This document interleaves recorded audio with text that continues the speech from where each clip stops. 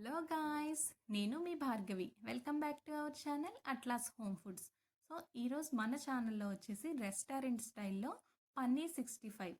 ఈ పన్నీర్ 65ని ఎలా తయారు చేయాలో, సో దీని సింపుల్ వేలో చాలా మనకి ఇంట్లో దొరికే ఇంగ్రీడియంట్స్తోనే చాలా టేస్టీగా, సాఫ్ట్గా, స్పైసీగా ఎలా తయారు చేయాలో దీని ప్రాసెస్ ఏంటో చూద్దాము. అదేవిధంగా మనం పన్నీర్ని ఎప్పుడూ రొటీన్గా కాకుండా ఇలా స్టార్టర్ టైపు తయారు చేసుకొని ఒక్కసారి టేస్ట్ చూడండి. సో మరి దీని ప్రాసెస్ ఏంటో చూసేద్దాం మరి. సో అంతకంటే ముందుగా నేను ఇక్కడ పన్నీర్ వచ్చేసి ఒక 500 గ్రామ్స్ పన్నీర్ని తీసుకున్నానండి. మీరు కన్సిస్టెంట్ని బట్టి ఎంతైనా తీసుకోవచ్చు. సో నేను ఇక్కడ ఒక 500 గ్రామ్స్ తీసుకున్నాను. సో వీడియోలో చూపించిన విధంగా స్లైసెస్ కింద స్లోగా కట్ చేసుకోవాలండి. ఎందుకంటే పన్నీర్ అనేది కొంచెం సాఫ్ట్గా ఉంటుంది కదా, లేదంటే గుండెలా అయిపోతుంది. సో అలా కాకుండా మనం కొంచెం స్లోగా కట్ చేసుకోవాలి. నేను ఇక్కడైతే కొంచెం డైమండ్ షేప్లో కట్ చేసుకున్నాను. మీరు కావాలంటే స్క్వేర్ షేప్లో అయినా పీసెస్ కింద కట్ చేసుకోవచ్చు. సో ఇలా కట్ చేసుకున్న పీసెస్ని నేను ఒక బౌల్లో తీసుకోవాలండి. ఇలా బౌల్లోకి తీసుకున్న తర్వాత దీనిలోకి మనం వైట్ పెప్పర్ పౌడరు, అంటే ఇక్కడ కన్సిస్టెంట్ని బట్టి ఇక్కడ నేను 500 గ్రామ్స్కి నేను ఒక half table spoon white pepper powder తీసుకున్నాను. అదేవిధంగా దీనికి సరిపడినంత సాల్ట్ కూడా తీసుకున్నానండి. సో సాల్ట్ మనకి టేస్ట్కి తగినంత సాల్ట్ కూడా యాడ్ చేసుకొని ముక్కలకి పట్టేంతగా బాగా కలపాలి. సో ఇలా కలిపిన తర్వాత మనం దీనిలోకి ఒక 2 టేబుల్ స్పూన్ మైదా పిండి, అదేవిధంగా 1.5 టేబుల్ స్పూన్ కార్న్ఫ్లోర్ తీసుకోవాలి. సో దీన్ని బాగా మిక్స్ చేసుకొని దీనిలో మనకి కన్సిస్టెంట్ కొంచెం లూజ్గా రావాలండి. సో ఆ లూజ్గా రావడానికి ఇక్కడ నేను వాటర్ కూడా యాడ్ చేసుకుంటున్నాను. సో ఈ వాటర్ కూడా యాడ్ చేసుకొని బాగా కలుపుకోవాలి. ఇలా కలిపిన తర్వాత దీనిలోకి మనం ఒక ఎగ్ని కూడా బీట్ చేసుకొని వేయాలండి.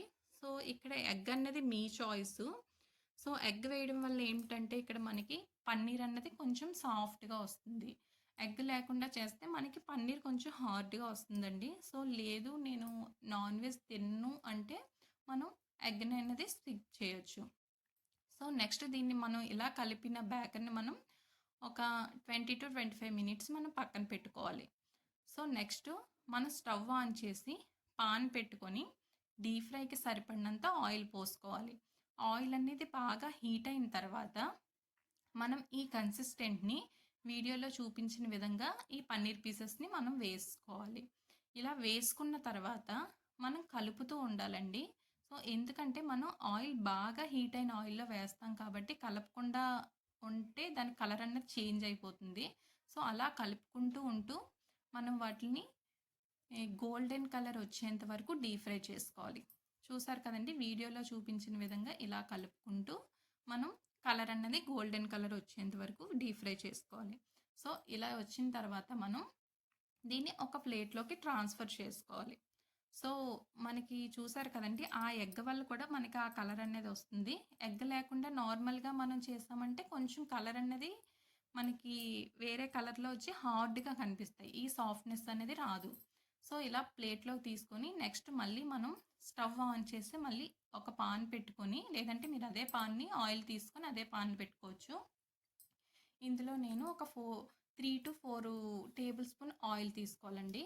సో ఆయిల్ తీసుకొని హీట్ అయిన తర్వాత మనం ఇందులో ఆనియన్స్ అనేవి చిన్న ముక్కలుగా కట్ చేసుకొని దీనిలో ఒక 3 to 4 టేబుల్ స్పూన్స్ ఆనియన్ పీసెస్ని వేసుకోవాలి.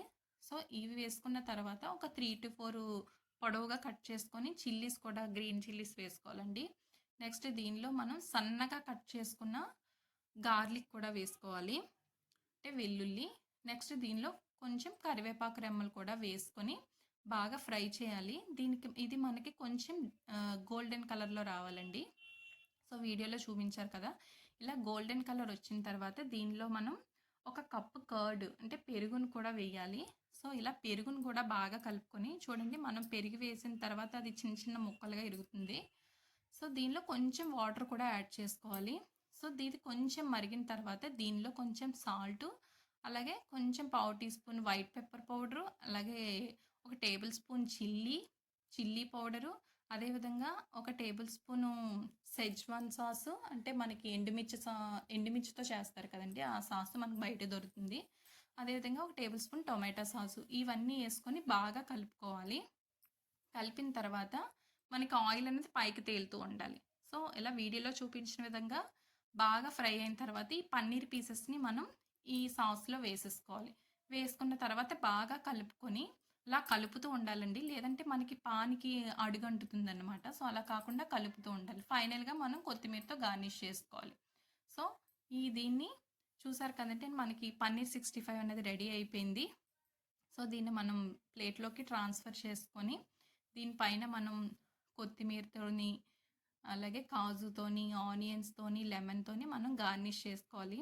సో, చూస్తేనే చాలా స్పైసీగా, చాలా సాఫ్ట్‌గా వచ్చాయండి పీసెసు. సో, మీరు కూడా ఒక్కసారి ట్రై చేయండి. దీని ప్రాసెస్ చాలా సింపుల్‌గా చేయొచ్చు. సో, మనకి రెస్టారెంట్ స్టైలు పక్కాగా వస్తుందండి. సో, ఒక్కసారి ట్రై చేసి టేస్ట్ ఎలా వచ్చిందో, ఈ పన్నీర్ 65 అనేది ఎలా వచ్చిందో నాకు కామెంట్ సెక్షన్‌లో కామెంట్ చేయండి. సో, మీకు ఈ పన్నీర్ 65 అలాగే పన్నీర్‌తో చాలా ఐటెమ్స్ రొటీన్‌గా కాకుండా ఎవరైనా మీ ఇంటికి గెస్ట్‌లొచ్చినా పన్నీర్ తెప్పించి ఒక్కసారి స్టార్టర్ టైప్ తయారు చేసి చూడండి. అలాగే మీ పిల్లలు కూడా చాలా ఇష్టపడతారు. సో, ఇదే విధంగా మీకు రెస్టారెంట్ స్టైల్‌లో గానీ, హెల్తీ రెసిపీస్ గానీ, కర్రీస్ గానీ మీకు ఏ ఫుడ్ కావాలన్నా సో, ఆ రెసిపీ నాకు కామెంట్ సెక్షన్‌లో కామెంట్ చేస్తే నేను అది మీకు వీలైనంత త్వరగా నేను పోస్ట్ చేస్తాను. సో, ఆ రెసిపీని. సో, మీరు కూడా ఒక్కసారి ట్రై చేయండి. నాకైతే చాలా బాగా వచ్చింది. రెస్టారెంట్ స్టైల్‌గా చాలా వచ్చింది.